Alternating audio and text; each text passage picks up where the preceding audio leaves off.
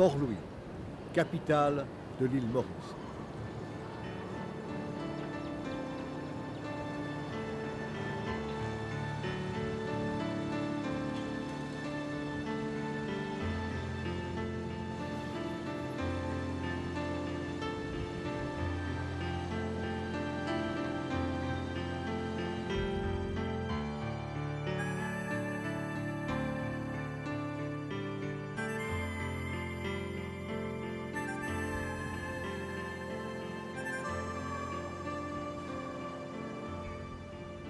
Nous sommes dans une de ces vieilles rues pavées de Port-Louis à l'île Maurice.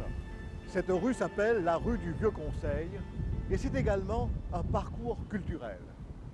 Ce parcours porte le nom d'un de ces grands Mauriciens du XXe siècle, Malcolm de Chazal, dont la réputation a dépassé nos frontières. Tout au long de cette rue figurent, sur de petits panneaux accrochés aux lampadaires, des phrases, des textes, des citations, des extraits de cet auteur prodigieux, Malcolm de Chazal. C'est une manière publique de rendre hommage, de perpétuer la mémoire de ce grand artiste. Et c'est également une façon d'offrir à tout le monde, commerçants, passants, femmes au foyer, fonctionnaires, collégiens, bref à tout le monde, de petites ouvertures sur l'œuvre de Malcolm de Chazal. À 2 pas d'ici se trouve la Fondation Malcolm de Chazal, créée en 2002. Cette institution publique est chargée d'initier et d'animer des actions en vue de faire connaître la vie et l'œuvre de ce fils du sol.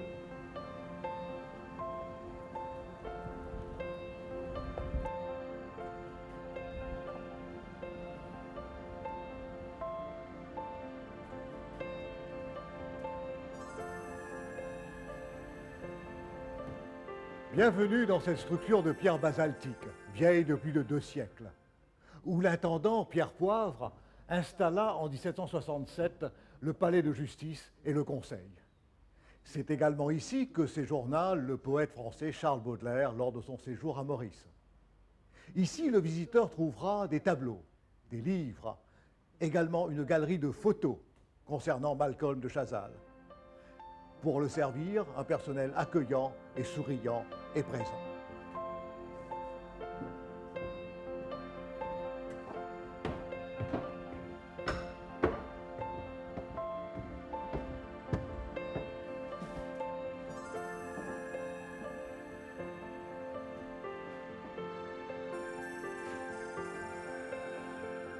Malcolm de Chazal avait plusieurs cordes à son arc de créateur.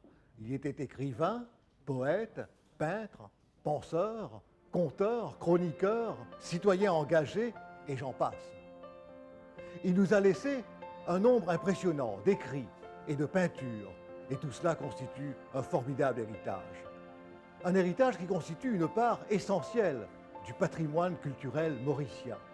Un héritage que nous vous invitons à découvrir. Le 12 septembre 1902, Malcolm de Chazal vit le jour à Coquernay, une localité située à proximité de Vacquois et où se situe aujourd'hui le club hippique de l'île Maurice. Coquernay, à cette époque, était une annexe de la propriété des grands-parents de Malcolm de Chazal. Cette famille, la famille de Chazal, s'est installée à l'île Maurice en 1763, soit à peine 50 ans après la prise de possession de l'île par la France. Elle a donné à l'île Maurice des citoyens de très haut niveau, des propriétaires sucriers, des hommes de loi, des médecins, des hommes d'église. D'ailleurs, un des grands-oncles de Malcolm de Chazal a été à l'origine de la création de l'église de la Nouvelle Jérusalem à Maurice, église qui existe toujours. Il y en a une à Cure-Pipe et il y en a une à Port-Louis.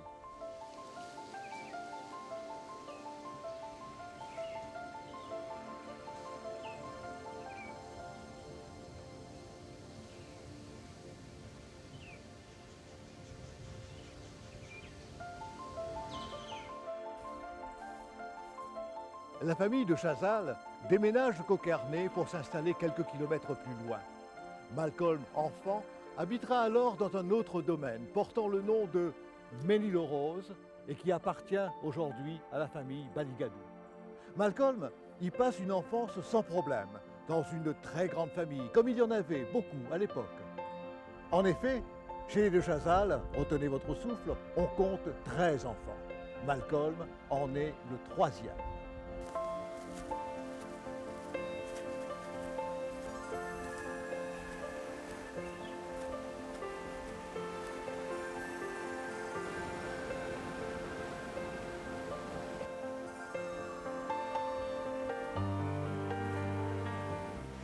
Le cadre naturel de Ménil-aux-Roses marque définitivement l'esprit du jeune Malcolm.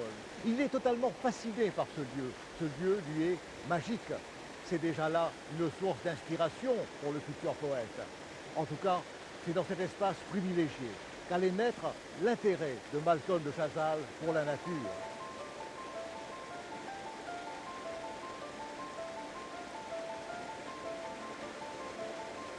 Bien des années plus tard, dans un ouvrage paru en 1974 et intitulé Sens unique, Malcolm de Chazal se replonge dans le monde de son enfance et évoque Ménil-aux-Roses en des termes extrêmement flatteurs et poétiques. Écoutez plutôt.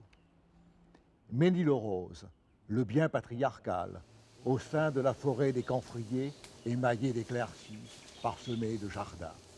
Des camphriers tout autour, avec leurs chutes de feuilles tropicales. Ici, la mousse mêle sa senteur au parfum de la résine. Et les trouées de ciel bleu laissent des lacs de lumière. Je fis de Ménil-aux-Roses un monde de fées. Un monde de fées. De la féerie. L'ensemble de l'œuvre de Malcolm de Chazal est un hymne à la féerie du monde, à la féerie de la nature, à la féerie de l'univers. La nature nous parle, mais nous sommes aveugles et sourds. Ce qu'il faut, c'est de d'abord trouver ce langage que le monde recèle. Vers 1910, Malcolm de Chazal fréquente une petite école primaire à Cœur-Pipe, l'école des Sœurs Brunel. Plus tard, il entre au Collège royal de Cœur-Pipe en tant que boursier, afin d'y poursuivre ses études secondaires.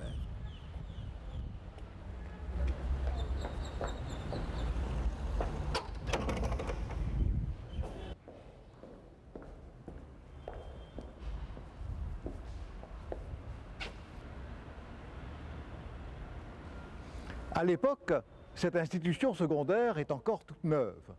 Instituée en 1871, ce n'est qu'entre 1912 et 1914 qu'elle sera construite sur un espace appelé Mare aux Joncs. Mais une chose est certaine, le jeune Malcolm de Chazal n'apprécie pas du tout l'obligation d'aller à l'école. Plus tard, dans un texte intitulé Le Prénatal, texte non publié mais rédigé en 1976, il qualifie l'école de torture, de monstruosité. Ce qui l'intéresse, dit-il, c'est les grandes vacances. Eh bien, je crois qu'en cela, il n'est guère différent des collégiens du monde entier et de tous les temps. Nous sommes en 1918. Malcolm de Chazal n'a pas encore terminé ses études secondaires, mais il doit accompagner son frère aîné Lucien, qui lui est d'âge à aller à l'université. Alors, c'est le grand départ. Les adieux à Port-Louis ne me mirent pas les larmes aux yeux. C'est ainsi qu'il évoque ce départ dans Le Prénatal, en 1976, 50 ans plus tard. Destination, Baton Rouge, capitale de l'État de Louisiane, aux États-Unis d'Amérique. Le voyage est long, mais fort heureusement entrecoupé d'escales culturellement passionnantes en Extrême-Orient. Sumatra, par exemple, Singapour, Saigon, aujourd'hui Ho Chi Minh Ville au Vietnam, Yokohama au Japon. Et voilà enfin les frères de Chazal qui arrivent à Vancouver, au Canada.